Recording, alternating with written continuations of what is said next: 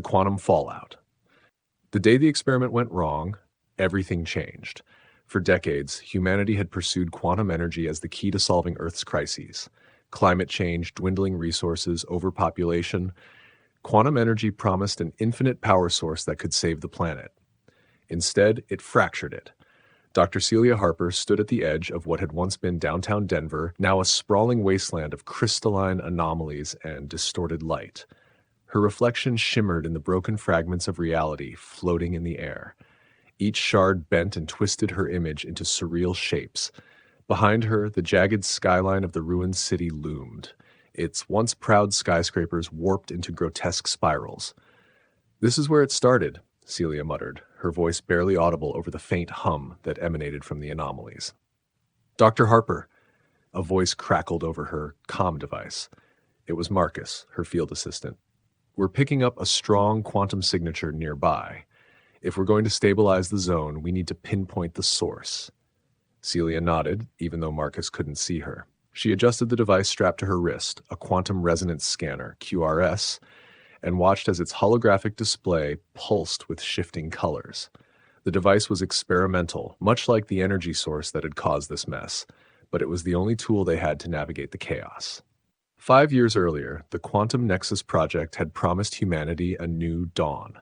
Celia had been part of the research team, working alongside brilliant scientists who believed they could harness quantum fluctuations to generate clean, unlimited energy. But during the first large-scale test, something went horribly wrong. The Nexus Core, a crystalline structure designed to stabilize quantum energy, overloaded, triggering a cascade of reactions that rippled across the planet. The Earth's ecosystems collapsed almost overnight. Forests turned into glass-like jungles that emitted strange light. Oceans boiled and froze simultaneously, their waters defying the laws of physics. Cities were consumed by swirling pockets of distorted reality, where time and space fractured into chaotic patterns. Billions perished in the aftermath, and those who survived faced a world that no longer obeyed the rules of nature. Celia had lived with the guilt ever since. The QRS beeped loudly, pulling her back to the present. The signal was growing stronger. "Marcus, I think I've got something," she said, stepping carefully over the uneven ground. The air felt heavy, charged with an invisible force that made her skin tingle. Nearby, a cluster of anomalies floated like frozen bubbles, each one containing glimpses of alternate realities, distorted glimpses of lives that could have been. As Celia approached, the ground trembled slightly, and the air seemed to hum with anticipation. Her QRS flashed red, and the warning signal blared. "Celia, get out of there!" Marcus shouted over the comm. "That zone is destabilizing." Before she could react, the largest anomaly burst open, releasing a wave of energy that sent her sprawling. The world spun around her, and for a moment she thought she was falling. When the chaos subsided, she found herself lying on the ground, surrounded by silence. "Celia, are you okay?" Marcus's voice broke through the static. She sat up, groaning. "I'm fine," she said, though her head throbbed. The anomalies had vanished, leaving behind a strange, glowing object embedded in the ground. It pulsed with a soft blue light, casting eerie shadows on the surrounding debris. "Marcus, I think I've found something," Celia said, moving closer to inspect it. The object was crystalline, similar to the Nexus Core but smaller. Its surface was smooth and cold to the touch, and her QRS lit up with readings that were off the charts. "What is it?" Marcus asked. "I'm not sure," Celia admitted, "but it's definitely connected to the Nexus Core." She carefully placed the object in a containment unit and began her journey back to the outpost. The sky above shifted in hues of green and purple, a constant reminder of the fractured state of reality. As she walked, memories of the experiment haunted her. Images of the Nexus Core shattering, her colleagues screaming, and the world collapsing in on itself. When Celia reached the outpost, a makeshift base set up in the ruins of an old warehouse, Marcus was waiting for her. He was younger than Celia, with a wiry frame and a perpetual look of worry on his face. "You look like hell," he said, helping her remove her gear. "Thanks for the vote of confidence," Celia replied dryly, handing him the containment unit. "Run a full analysis on this. I need to know what we're dealing with." Marcus nodded and set to work, while Celia collapsed onto a worn chair. The outpost's generator hummed softly, providing just enough power to keep the lights and equipment running. She stared at the map pinned to the wall, which showed the known areas of instability. The red zones, places too dangerous to enter, were spreading and time was running out. What if this is the key? Celia muttered to herself. What if we can fix this? Her thoughts were interrupted by Marcus's voice. Celia, you need to see this. She joined him at the workstation, where holographic projections of the crystalline object floated in the air. Marcus pointed to the readings. This thing isn't just emitting quantum energy, it's stabilizing it. In theory, if we can replicate its structure, we might be able to reverse some of the damage. Celia's heart raced. You're saying this could fix the fractures? Marcus hesitated. Maybe, but there's something else. The energy signature, it's identical to the Nexus Core, which means... Celia finished his sentence, her voice barely a whisper. Someone built this after the fallout. Marcus nodded. We're not alone out here. Celia stared at the glowing projection, a mixture of hope and dread washing over her. If someone else had managed to harness quantum energy, it could mean salvation, or more destruction. Either way, she knew one thing for certain, their journey had just begun. The revelation hit Celia like a thunderclap. Someone else had managed to rebuild a part of the Nexus Core. It was both exhilarating and terrifying. Exhilarating because it meant there was hope of repairing the fractured Earth. Terrifying because the last time quantum energy was harnessed, it nearly destroyed the planet. Marcus studied the holographic projections of the crystalline object, his brow furrowed in concentration. The energy signature matches perfectly with the original Nexus Core, he said. But this structure is smaller, more contained. Whoever made this knew what they were doing. Celia paced the cramped confines of the outpost, her mind racing. If someone out there has this technology, why haven't they used it to fix anything? The fractures are getting worse. Maybe they don't want to fix it, Marcus said darkly. Celia shot him a look. We don't know that. This could be the key to stabilizing the anomalies. Or it could be a trap, Marcus replied. We can't assume whoever built this has good intentions. Celia sighed. He wasn't wrong. The fallout from the Nexus Core explosion had brought out the worst in humanity. Bandit groups roamed the wastelands, preying on survivors. Corporate remnants fought over what little resources were left, and rogue scientists continued experiments with quantum energy, causing even more instability. But something about the crystalline object felt different. It wasn't chaotic or destructive. It was calm, almost purposeful. We need to find out where this came from, Celia said firmly. If someone out there knows how to rebuild the core, we have to track them down. Marcus hesitated, then nodded. The QRS picked up a residual energy trail leading east. It's faint, but it's there. Then that's where we're going, Celia said. The journey east was treacherous. The landscape had become a kaleidoscope of fractured realities. In some areas, the ground shimmered like liquid glass, reflecting images of skies that didn't exist. In others, gravity fluctuated wildly, making every step an exhausting effort. Strange creatures, mutations born from the fallout, skulked in the shadows, their glowing eyes tracking the two travelers. Celia and Marcus moved cautiously, their QRS devices constantly scanning for anomalies. They communicated in whispers, their voices barely audible over the hum of the broken world. Every now and then, Celia would glance at the containment unit strapped to Marcus's pack. The crystalline object pulsed faintly, a constant reminder of the mystery they were chasing. 2 days into their journey, they stumbled upon a settlement. It was a ramshackle collection of tents and makeshift shelters, surrounded by a perimeter of scavenged scrap metal. Survivors milled about, their faces gaunt and wary. Children played with broken toys, their laughter a rare sound in the desolate wasteland. As Celia and Marcus approached, a group of armed guards stepped forward, their weapons raised. State your business, one of them barked. We're researchers, Celia said, raising her hands. We're looking for someone who might have knowledge of quantum energy. The guard's eyes narrowed. We don't get many researchers out here. Why should we trust you? Celia hesitated, then opened the containment unit to reveal the crystalline object. The guard's eyes widened, and they exchanged uneasy glances. That's core tech, one of them muttered. The first guard lowered his weapon slightly. You'd better come with us. They were led to the settlement's central tent, where an older woman sat at a makeshift desk, poring over maps and data. Her sharp eyes flicked to Celia and Marcus as they entered. "I'm Helena," she said. "I run this place. What's your business with Core Tech?" Celia placed the containment unit on the desk. "We found this near Denver. It's emitting a stabilized quantum signature. We think it might be connected to the Nexus Core." Helena leaned forward, her expression unreadable.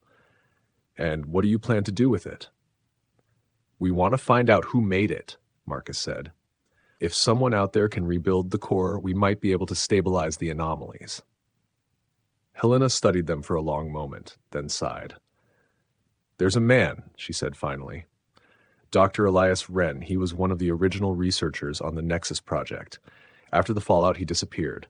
But I've heard rumors that he's been working on rebuilding the core." Celia's heart skipped a beat. "Do you know where he is?" Helena nodded. "He's set up a lab in the Eastern Zone, but it's deep in red territory. The anomalies there are unpredictable." Celia exchanged a glance with Marcus. "We have to find him." Helena's expression softened. "Be careful. Wren was brilliant, but the fallout changed people. If he's still out there, he may not be the man you remember." The journey to the Eastern Zone was even more harrowing. The anomalies became more aggressive, their distortions warping not just space but time. Celia saw glimpses of her past and future that flickering like shadows at the edge of her vision. Marcus stumbled at one point, nearly falling into a chasm that hadn't been there a moment earlier. When they finally reached Wren's lab, it was a solitary structure perched on the edge of a crystalline cliff. The building hummed with power, its exterior covered in panels that shimmered with quantum energy. Celia's QRS went haywire, its display flashing with erratic readings. "Looks inviting," Marcus muttered. Celia ignored him and approached the door.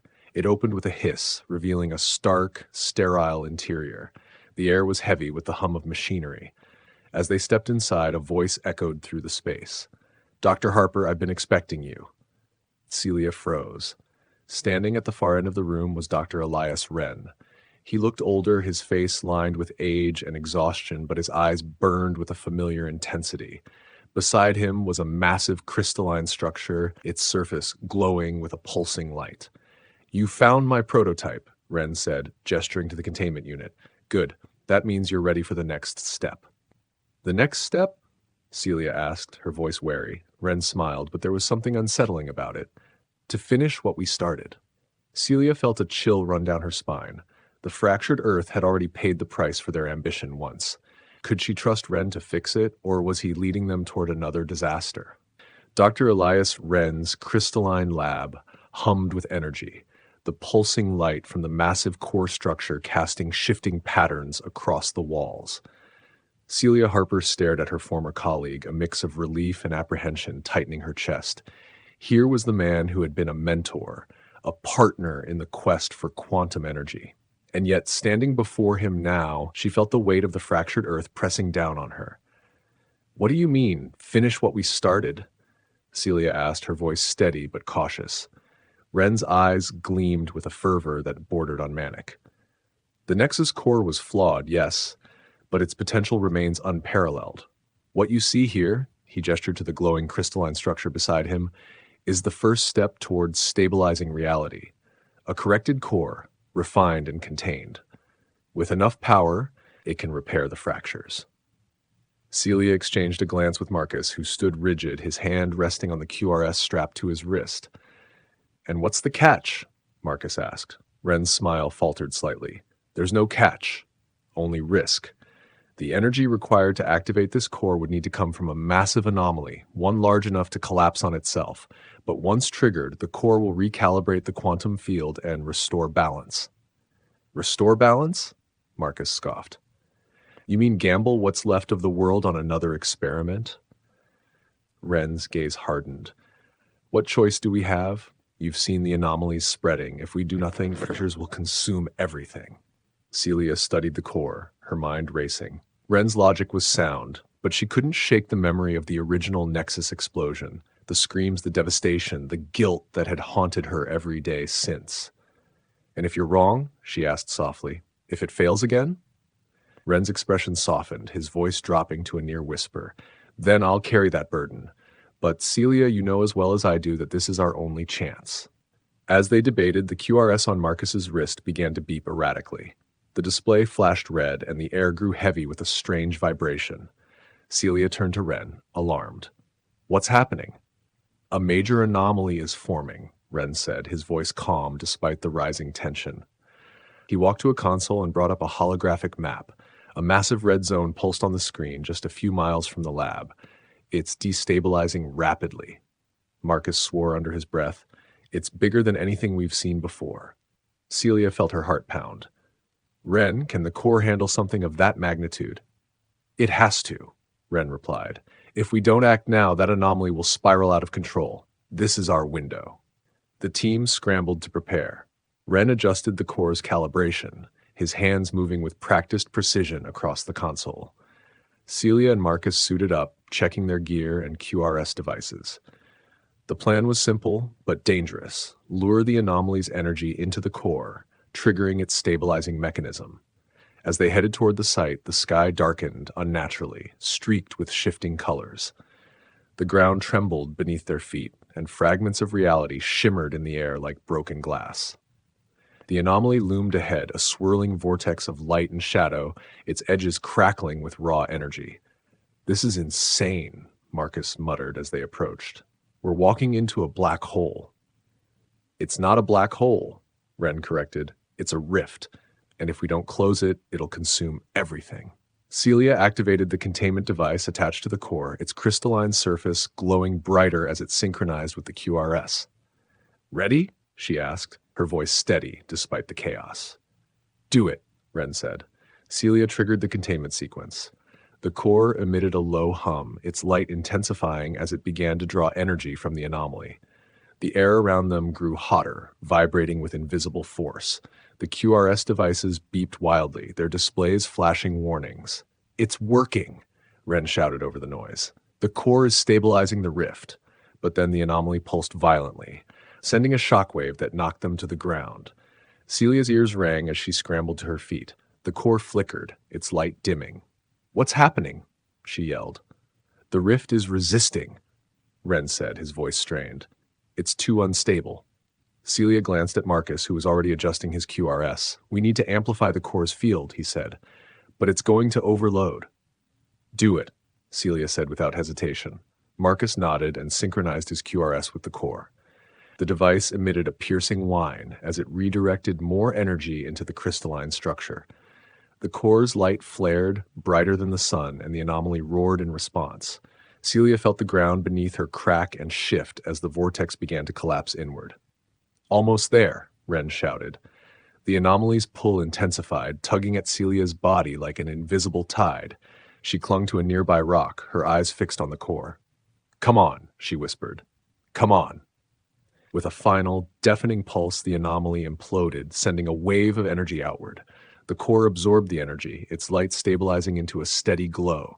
The air grew still, the hum of the fractured reality fading into silence. For a moment, none of them moved.